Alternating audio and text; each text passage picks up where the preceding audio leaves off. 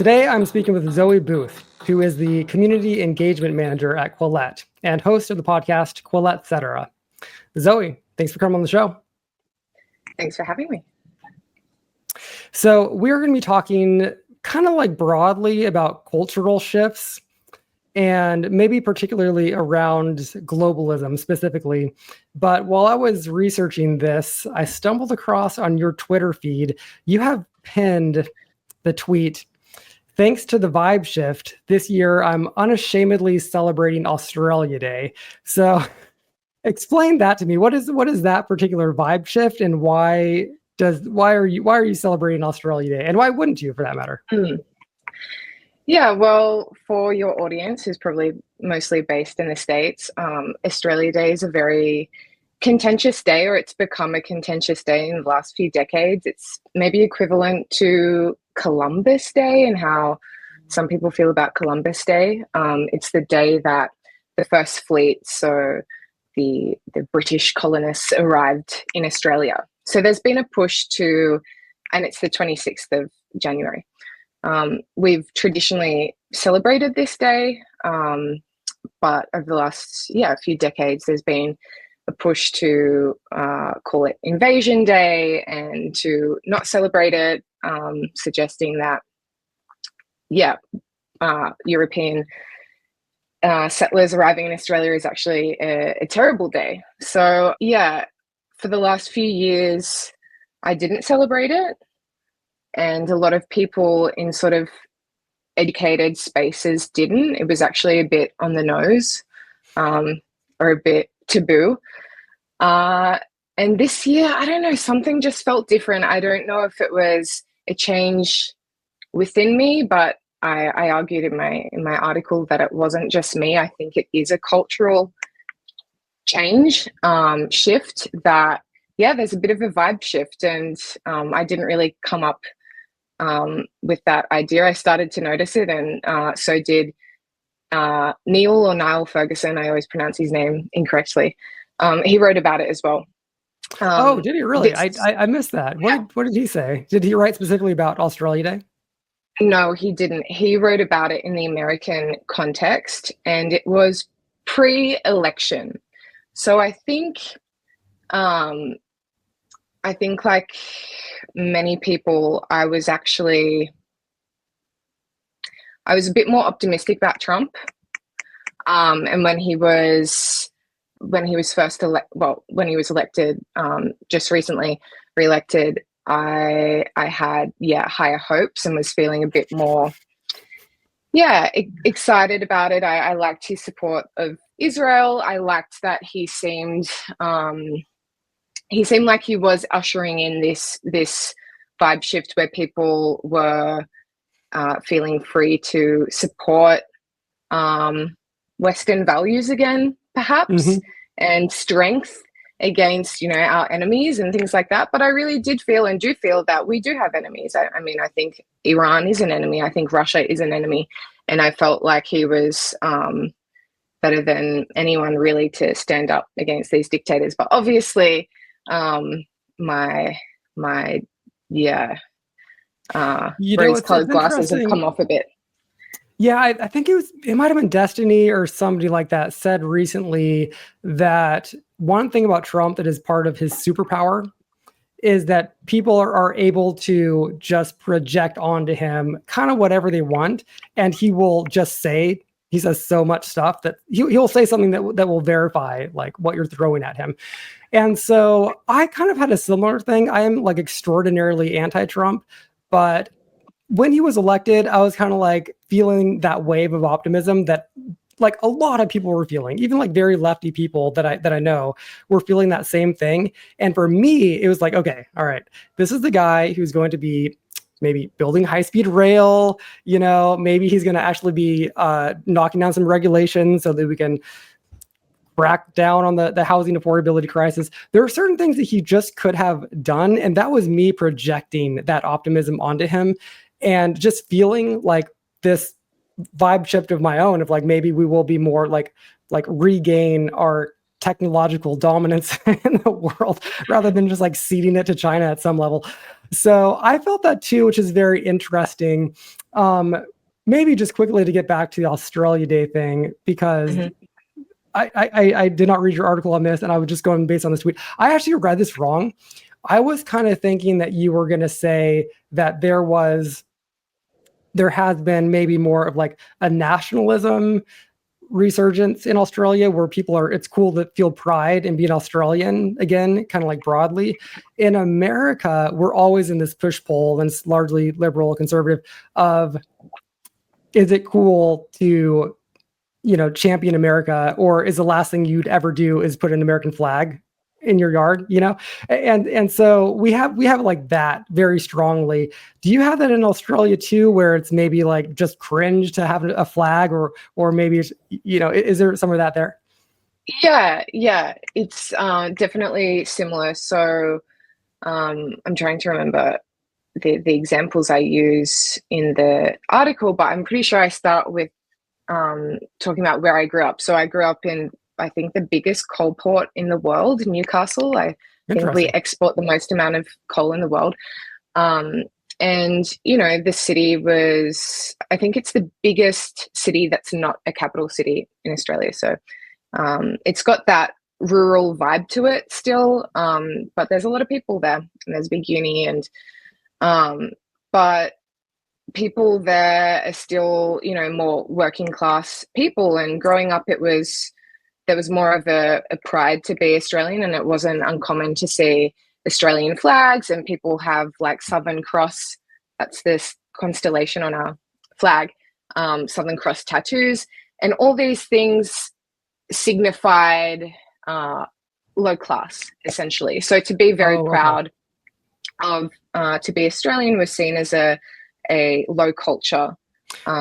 Very much in America too. That's a total parallel. That's interesting. Yeah. So I guess as I've gotten older and I've passed through that really woke period of, hating my country and hating anything that smells of, Western chauvinism, as I've gotten older, I've thought, no, like Australia is an incredible country, and we are outliers, and we need to protect that, and we can't just take it for granted. And I feel extremely lucky to have been born here. I feel like I, won the lottery, really, out of all the other places I could have been born. So I think that, we should not necessarily become nationalistic, but maybe a bit patriotic. I guess it's a question of, when does patriotism devolve into nationalism? But yeah. What is the sense in Australia in terms of how they view America now, post realizing Trump isn't going to fulfill all of our hopes and dreams? Is there a sense that like doom is going to crash upon all the West, or is that just something that people in America are right now, I assure you, sensing?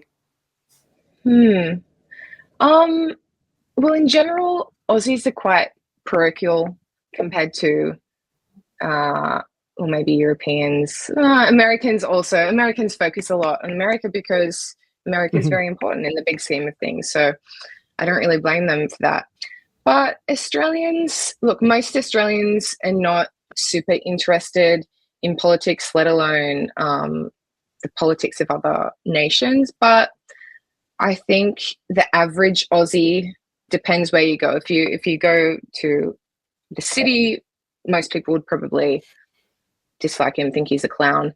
But in towns like Newcastle, where I'm from, the average person is probably like, yeah, he's bombastic and silly, but I don't, he can do whatever he wants to do, and I don't really care. They care more about, cost of living costs in Australia, and they probably wouldn't put,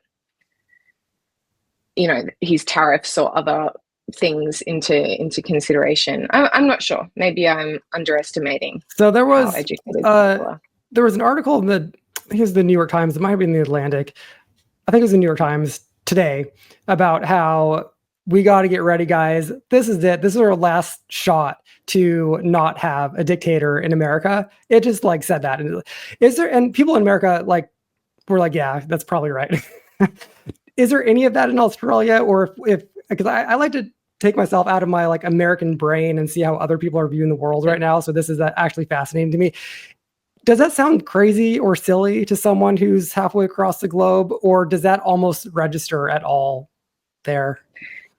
Yeah, Australians are also fearful about that regarding Trump, and also very aware. I mean, we can consume a lot of American content, whether it be podcasts or YouTube or whatever. So we definitely know about those fears. And I mean, our public broadcaster, the ABC, is, like many public broadcasters, leans a bit left, center left, and are very, critical of Trump. So we get that news and that impression here as well. But we don't have the same fear because of the way our government's set up. We don't really face. We don't have cults of personality much here because we vote for. Boy, you're lucky. A party. yeah, it's very different here. Yeah. I've heard nothing but good things about the more party-centric system like you guys have and the UK, but I guess we're stuck with what we got, so that is what it is. But so I actually wanted to talk to you today. Want to get your hot takes on Trump from halfway across the globe, because that's fun. But you also tweeted somewhat recently, and this is a tweet that I mentioned to you. I've just been kind of like thinking about nonstop, because this is one pinpoint in like a larger vibe shift that I've noted. And I actually wrote an article about this, and maybe we'll talk about it in a minute. But your tweet was, you tweeted, woke up craving seed oils and globalism more than usual this morning. Kind of like deadpan. There's some humor there, but there's also like a little point of like, something's going on, and like I can say this, and it's funny, but it also is kind of meaningful. Am I reading too much into that, or where did this come from, and where are you at with seed oils and globalism right now? I'm so amazed that this tweet, this shit post essentially, moved you. I'm really happy to hear it. Only 70 likes, really? not much. Oh, that's a shame. But obviously it meant a lot to you. It just goes to show, you never know what will affect, someone. No, I guess I just wanted to be a little bit facetious and like poke fun at people who, are obsessed with globalists running the world, and yes. So, and you're right in that when I think about it more, I was, I probably felt like that a while and felt emboldened to say it that day, knowing that maybe the vibe had shifted a bit and people were starting to see these crazy people for who they are. Yeah. Okay, so when I wrote about this, and I published this essay on my Substack, The Decadence Project, I'll drop a link to it, but I published it. I read it last night. Oh, did you? Okay, good. So I was gonna like summarize it very quickly and then get your take, see if this tracks at all with you. So the article is titled "How to Be a Good Globalist," and subtitle: "It has never been fashionable to openly embrace globalism until now." A lot could be said about this, but just a couple of points that I'll just like for memory pull up from the piece.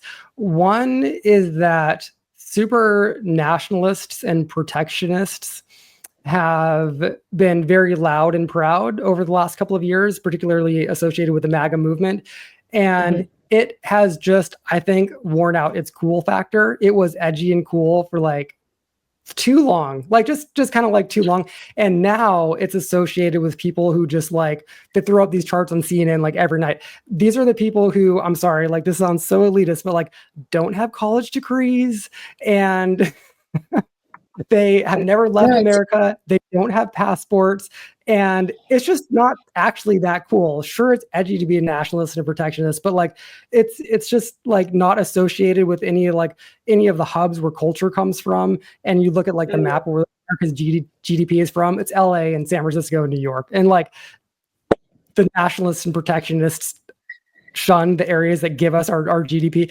That's point one. Maybe I'll drop point two, and then I'll get your thoughts on this. Point two would be, there are more. I'll just headline with these. something that more and more people have been observing, including like Noah Smith, ever since Trump's tariffs have dropped, which is that, and this is Gallup did a poll on this, that Americans' approval of foreign trade was like this steady line for a while. And then like as soon as Trump's tariffs hit, our approval of foreign trade just skyrocketed, because all of a sudden we realized, wait, foreign trade is like what makes us wealthy. Like this is like why we're a wealthy nation at some level. So the fact that there's like this hard data point about like how now all of a sudden we're like, oh shit, global trade is great, actually. And then also the point too of just like my first point of, it's actually not that cool to be a nationalist protectionist. Yeah, let's start there. What do you think? What are your thoughts? So much to talk about. I mean, I think I have two main thoughts. The first one sort of related to your second point, which is that, pendulums swing. And I think for me, who was really into the woke movement, for lack of a better word, it's cringe now even to say woke, but that's how much it's changed. I think once normies became really on board with what a lot of us were talking about for a while, like how crazy this gender ideology was, things like that. Once it became so mainstream that the dude down at the local, I don't know, service station, or servo as we'd call it in Australia, like petrol station, whatever, is harping on about, transgender athletes, even though there really aren't that many. It's not to say I don't think it's an important topic, because I do, and I've talked about it for a long time. But you know what I mean? Like the culture has shifted so much that now talking about these issues constantly has made people, almost, it's swinging back. You know what I mean? Yes, totally. Yeah, absolutely. We need to talk about elites, because it's simply a reality that there are smarter, there are differences in intelligence and competence and skill, and I monitor most of our comments on social media, and the amount of comments we get from people who are just like, this is part of the globalist agenda, or like this could have been in mainstream media. Like mainstream media is inherently bad just because it is, It's people, some people are deranged and they just hate anyone who smells better or smarter than them. It's what I've always disliked about the trad right, or the chuds, or whoever they are, these type of guys. And they also often happen to be anti-Semites as well, I've noticed. And it's this belief, and it does relate to Jews, because they see Jews often as these elite people, often men. They don't seem to have an issue with Jewish women as much. It's these men who, run these banks and tech and all this, the Soros, etc. And I think deep down, these men who have these anti-Semitic conspiracy theories, essentially, they feel really inferior. They know they're not as smart, and it's small dick energy. It's like I don't feel as good as these guys, so I'm going to try to pull them down by making up a crazy conspiracy that they don't deserve to be in this elite position. They obviously got there through nefarious ways instead of just being smart and hardworking.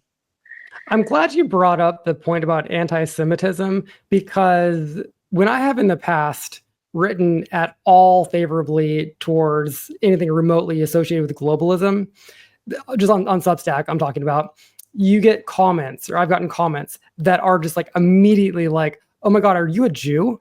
Like I got this verbatim on and I responded to this guy and I said, I'm actually mostly Scottish, kind of like British Isles sort of thing, but I like to consider myself American, which I thought would be good enough for you, and he was like, no, that's not good enough. And he called me like Hebrew or something. It's like, dude, like, okay, one, this is insane and like offensive and wrong and dumb, but like, this is just like, okay, so you don't like my take about economics, and so all of a sudden that whole thing boils down to anti-Semitism. It really is crazy how I think just like those little historical memes about Jews controlling the banks, because of historical reasons, how that even is at all remotely relevant today. And some people base their whole entire worldviews based on that. It is kind of insane, right? It is insane. It's been eye-opening.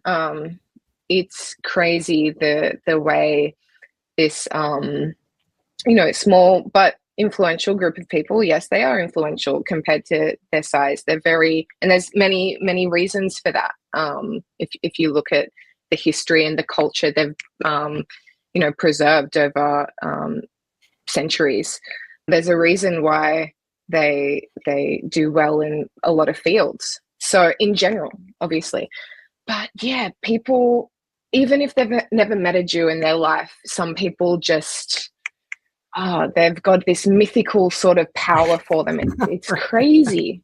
It's That's crazy. a good way to put it. It is like a mythical power. It's kind of insane.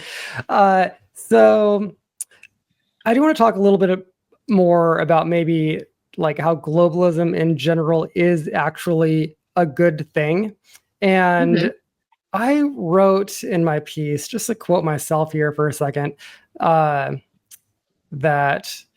globalism has lifted 1.2 billion people out of extreme poverty. It has led to improved labor standards, greater awareness and tolerance among different cultures, the sharing of art and music, the quick diffusion of new technologies, supercharging scientific progress, and on and on. And there, obviously people could and do write huge books about this, but the whole entire story of humanity is a story of cultures that do well and thrive, make products and services that they trade across borders, and that is wealth. This is like the story of, Mesopotamia to Egypt to the Silk Road. I mean, on and on and on and on. And like trade is what makes wealth. And what is just so interesting is that I think, to tie a little knot around like all of this, just simply because of Alex Jones' conspiracy brainedness, people have shut off, in my view, people have just like shut off the idea that globalism has led to a lot of wealth. And it's now just kind of like, oh, George Soros and evil Bill Gates with chips and the vaccines, and Klaus Schwab, et cetera. And it's like, because of these characters that are so easily vilified in like this story that is just like insane and just fundamentally not true, they think that trade is bad, and so like Trump tariffs are good. So like this one like narrative like actually impacts the world in a really tangible way, and it's really fascinating. I'm kind of like, I actually want to talk a little bit about maybe the harms of globalism, because those are real too. But yeah, do you have any thoughts about like the actual legitimate like benefits of globalism and how maybe it's overlooked by people? Because this is something I've been thinking about a lot lately. Well, yeah, it's fascinating, and one of the points you made is that, these narratives do have tangible effects. And I guess that's true. I mean, often I try to soothe myself by saying, yeah, Zoe, but these people are, fucking idiots. Like, what does it matter if, your dad's mate thinks that, the frogs are turning gay or whatever? Does it really matter? But, at least in Australia, we do have compulsory voting. So these people are voting. That's right. Interesting. So okay. It is pretty concerning in many ways, and I think we both care a lot about free speech and free expression, and at least I believe, I'm not sure about you, but I prefer people to be able to share their thoughts or share information, even if it's misinformation. I guess it's a question we can discuss, but it's, where do you draw the line? I guess the the question is just how can we, you know, and I think Quillette does this, and I think you do this too. How can we make content that's simply better and that people, you know, to compete with the amount of trash out there? And I think on a personal note for my work, I'm really inspired by making good ideas cool again, because I think that people are tribal and they want to go where the cool thing is at. And often they're not really thinking that much about whether it's a good idea or not. They're actually just going with where the crowd's going. So it's trying to make good ideas cool, palatable in the zeitgeist, you know. And I try to empower people, especially, like, that sounds cliche, but I really do empower young women in particular to not just go along with the flow and go where everyone else is going intellectually, but you know, by me putting out these ideas that might get pushback, you know, it's showing them that it can be done. That, do you know what I mean? I think that that's an underrated point about movements latch on when they're cool. That is Donald Trump's superpower, is that he just always is based. Even when he's a moron, an idiot, like it's like based moron-ness. Yeah, I think it's starting to change maybe, but yeah. Where do you think that Quillette and your ability to empower people as you do in that world, do you think that that's in danger at all, as there is this shifting tide of where does, you know, legacy media fit in? Where does, I mean, I worry about this a little bit in the sense that, like you said in the comments in Quillette, people might start to view Quillette as legacy media. You know what I mean? Some people do. Yeah. Right. Yeah. And there's like, do you have thoughts about navigating that space? Look, I think you can't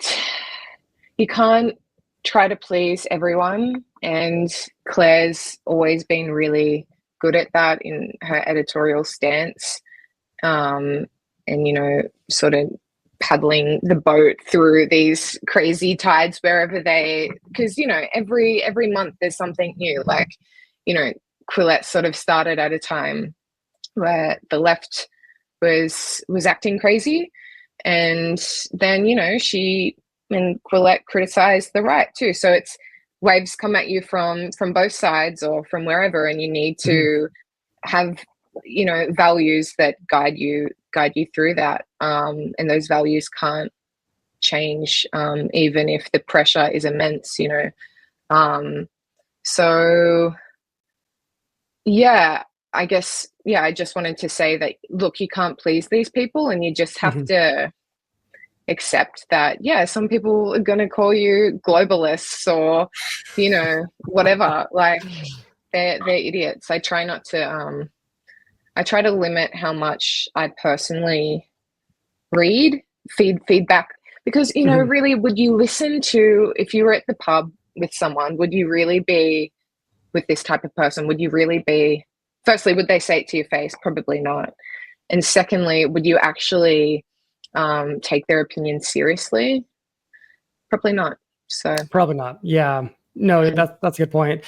One thing that I think Quillette does really well is, and also the Free Press is doing this now, holding like live events. Like Quillette, I think they still do them, like the Quillette socials.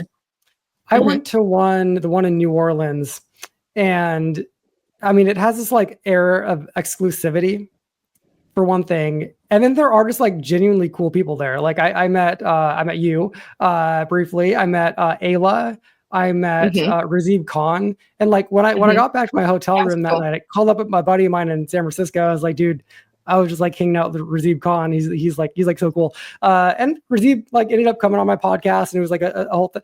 And like having that like element of exclusivity, but also just like making it so that like cool people are actually there.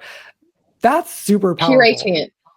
Yeah, and then like Barry Weiss of the Free Press, when she holds an event in San Francisco and she has like, you know, I'm not sure who she had in San Francisco, maybe Michael Schellenberger or something, but like high profile people who are kind of like mildly edgy or whatever. Anna, Dasha, Yeah, Dinah exactly. Good Flashman, point. Yeah, they were at that Louise first one, right? Gray. I would have liked to attended that one. Yeah.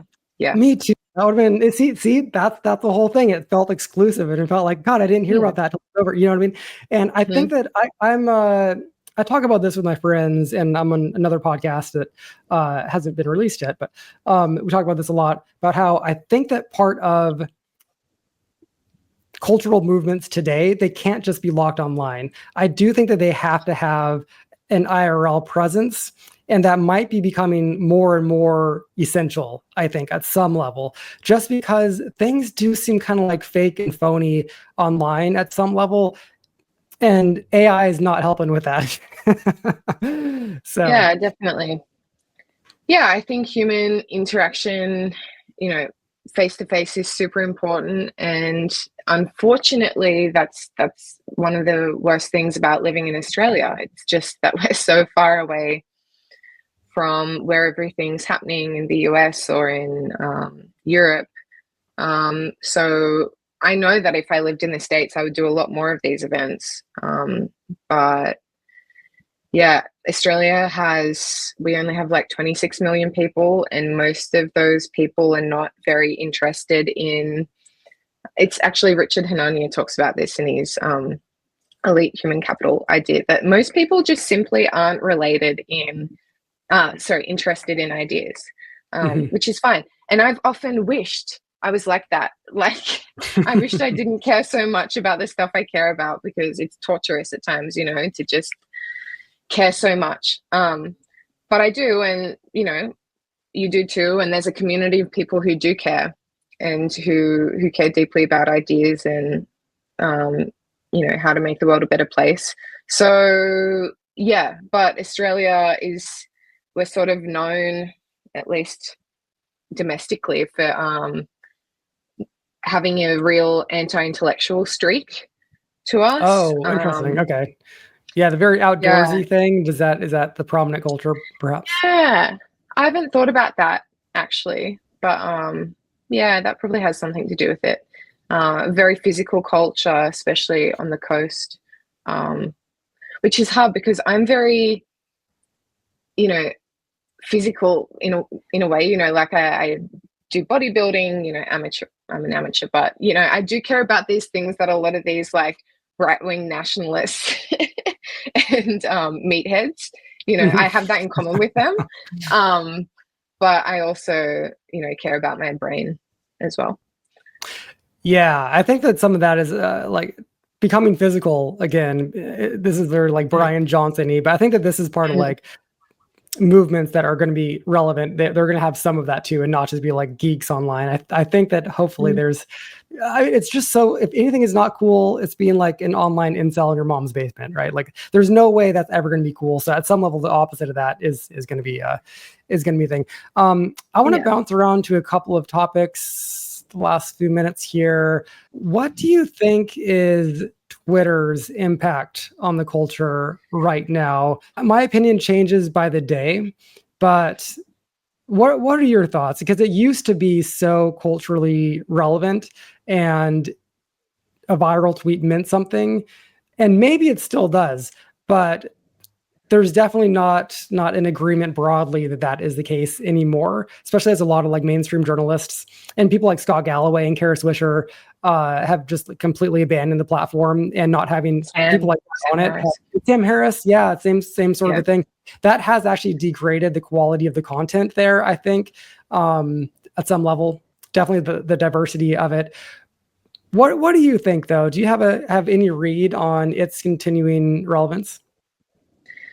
Yeah, look, I think it is still very relevant. And even if Sam's not on it, he still has to deal with, and he does on his podcast, he has to deal with the consequences of it. It's like, even if you opt out of it, it still affects you, I think, in one way or another. Yeah, I think especially since Elon bought Twitter. I mean, even just the fact that like Richard Hanania was arguing with JD Vance and Niall Ferguson, and they were all talking. I was like, oh my God, I've met, I've met Niall, and I know Richard, and it's like they're talking to the vice president of the most important. 2 days ago, he was arguing with JD Vance online, which is crazy. Yeah, it's like, what? It's crazy. Okay. You're right. Only on Twitter. Only on Twitter that would happen. Exactly. Like this was completely unheard of, just, in our parents' generation that people could get access to these decision makers. So yeah, I think it is still very influential, very influential. You're not going to be jumping off Twitter anytime soon. You're not going to abandon ship like Sam Harris. No, but I think personally, I use it. I consider how I'm using it a bit similar to like drugs or alcohol or whatever. I don't just use it willy-nilly. I'm considered about it. And, I've got in my bio like post and ghost, and I mostly do. I'm not there to like argue with people. I think it's a shame that some of my most like viral tweets or whatever have been the tweets that I've made when I've been really upset or angry about something. I think that's really sad. I use it to shitpost a lot, and that's Razib says the same. Razib says it's not the place to be having really big discussions, but obviously people are like, JD is talking to people and whatever. So yeah, it's a funny world. Well, interesting times. Yeah, absolutely. Thanks for coming on the show, and tell the folks where to find more about you, where to follow you. Yeah, so I do all of our socials for Quillette. So whatever you see on our social media, I'm there creating it. And I have my own personal Twitter. It's Zoe Cabina, which is just Spanish for Booth. It was back in the day when I wanted to remain anonymous. Okay. Yeah. So yeah, I'm on Twitter. I've got my own podcast, the Quillette Cetera podcast. Yeah, you'll catch me on YouTube. I'm making more video essay style content now because it's just the way the world's moving. People are far more audio visual than before, and they might not want to read a 40-minute essay, but they are willing to watch a video on it. So I'm really trying to promote the Quillette channel. Is that where the Quillette YouTube channel? Cool. Okay. Yeah. So yeah, trying to promote good ideas. Awesome. Yeah. I will put links to that in the show notes. And thanks again for coming on. That was a lot of fun. Thanks, Peter.